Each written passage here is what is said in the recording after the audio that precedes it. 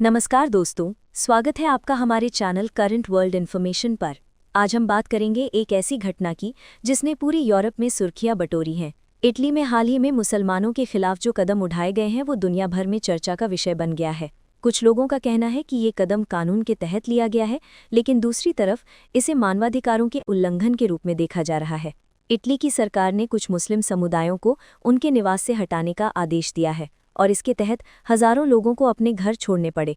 इन लोगों में महिलाएं, बच्चे और बुजुर्ग भी शामिल हैं और कई परिवारों के पास जाने के लिए कोई और जगह नहीं थी। इस कदम के पीछे इटली की सरकार ने सुरक्षा कारणों और अवैध प्रवास को जोड़ा है, लेकिन विरोध करने वाले इसे धार्मिक उत्पीड़न और भेदभाव की तरह देख रहे हैं। स्थानीय प्रशासन ने इन परिवारों को अस्थायी ठिकाने देने की कोशिश की, लेकिन वहां भी सुविधाओं की भारी कमी है। कई बच्चों को स्कूल जाना बंद करना पड़ा और कई परिवारों ने अपने रोजगार खो दिए। स्थानीय लोगों और मीडिया में इस विषय पर तीखी बहस शुरू हो गई है। कुछ लोग सरकार के फैसले का समर्थन कर रहे हैं और कहते हैं कि नियम हर किसी के लिए बराबर होने चाहिए, लेकिन कई लोग इसे असमान और अन्यायपूर्ण मानते हैं। यूरोप के अन्य देशों ने भी इस मुद्दे पर अपनी प्रतिक्रिया दी है। संयुक्त राष्ट्र के मानवाधिकार आयोग ने इस कदम पर चिंता जताई है और कहा कि किसी को भी केवल धर्म के आधार पर निकालना सही नहीं है। कुछ अंतर्राष्ट्रीय संगठन मदद के लिए आगे आए हैं और उन्होंने प्रभावित परिवारों के लिए आश्रय और भोजन की व्यवस्था शुरू की है। इस घटना ने सोशल मीडिया पर भी भारी हलचल मचा दी है। लोग ट्वीट्स और पोस्ट के जरिए अपनी राय साझा कर रहे हैं। कुछ लोग सरकार के फैसले की निंदा कर रहे हैं और कुछ लोग इसे आवश्यक कदम मान रहे हैं। इटली के विभिन्न शहरों में विरोध प्रदर्शन भी हुए हैं। लोग सड़कों पर उतरकर अपने विचार व्यक्त कर रहे हैं। कई मुस्लिम समुदायों ने शांतिपूर्ण प्रदर्शन किए और कहा कि उनका उद्देश्य सिर्फ अपनी आवाज उठाना है। इस विवाद ने इटली में राजनीतिक पार्टियों के बीच भी टकराव बढ़ा दिया है। कुछ पार्टियां सरकार का समर्थन कर रही हैं और कुछ पार्टियां मानवाधिकारों की रक्षा की बात कर रही हैं। इससे देश की राजनीति और सामाजिक माहौल तनावपूर्ण हो गया है। कई नागरिक इस मुद्दे पर गहरे चिंतित हैं और सोच रहे हैं कि भविष्य में ऐसे और कदम उठाए जा सकते हैं। अंतर्राष्ट्रीय मीडिया ने भी इस मुद्दे को कवर किया है और वहां के संवाददाता रिपोर्ट कर रहे हैं कि मुस्लिम परिवारों के जीवन पर क्या असर पड़ा है। कई विशेषज्ञ कहते हैं कि ये कदम यूरोप में धार्मिक और सांस्कृतिक सहिष्णुता पर सवाल उठाता है। इटली के भीतर भी लोग इस फैसले पर अलग अलग राय रखते हैं। कुछ लोग मानते हैं कि ये कदम सुरक्षा के लिए जरूरी था और कुछ लोग कहते हैं कि इससे समाज में विभाजन बढ़ सकता है। साथ ही कई लोग मदद के लिए आगे आ रहे हैं।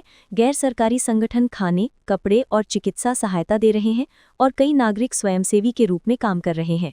उन्होंने प्रभावित लोगों के लिए आश्रय और सहायता केंद्र खोले हैं। इस कदम का असर केवल इटली तक ही नहीं बल्कि पूरी यूरोप तक देखा जा रहा है और अन्य देशों में भी इस पर बहस हो रही है कि धार्मिक समुदायों के अधिकार कैसे सुरक्षित रह सकते हैं। विशेषज्ञ भी ये कहते हैं कि इस तरह के कदम से अंतर्राष्ट्रीय छवि पर भी असर पड़ता है और व्यापार, पर्यटन और राजनीतिक संबंधों में भी प्रभाव दिख सकता है। लेकिन सबसे अहम सवाल यह है कि प्रभावित लोगों की सुरक्षा और सम्मान कैसे सुनिश्चित किया जाएगा।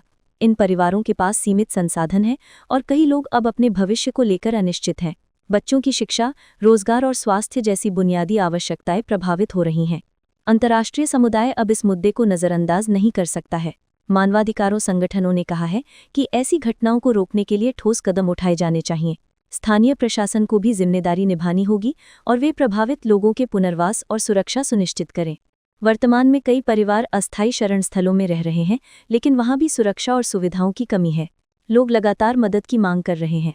कई धार्मिक और सामाजिक संगठन भी आगे आए हैं और उन्होंने प्रभावित लोगों को मानसिक और भौतिक सहायता देने की कोशिश की है। इस पूरे मामले ने ये स्पष्ट कर दिया है कि धार्मिक और सामाजिक सहिष्णुता कितनी महत्वपूर्ण है। समाज में समानता और इंसानियत बनाए रखना आज और भी जरूरी हो गया है। इस घटना से हम सीख सकते हैं कि किसी भी समुदाय के खिलाफ भेदभाव और हिंसा कितना घातक हो सकता है। मुस्लिम समुदाय के लोग अब नए जीवन की शुरुआत के लिए संघर्ष कर रहे हैं और वे आशा कर रहे हैं कि अंतर्राष्ट्रीय और स्थानीय समर्थन से उनका भविष्य सुरक्षित होगा। समाज के हर व्यक्ति की जिम्मेदारी है कि वे इस तरह की घटनाओं पर ध्यान दें और सरकारों को भी ये सुनिश्चित करना होगा कि कानून और मानवाधिकार साथ साथ चलते रहें।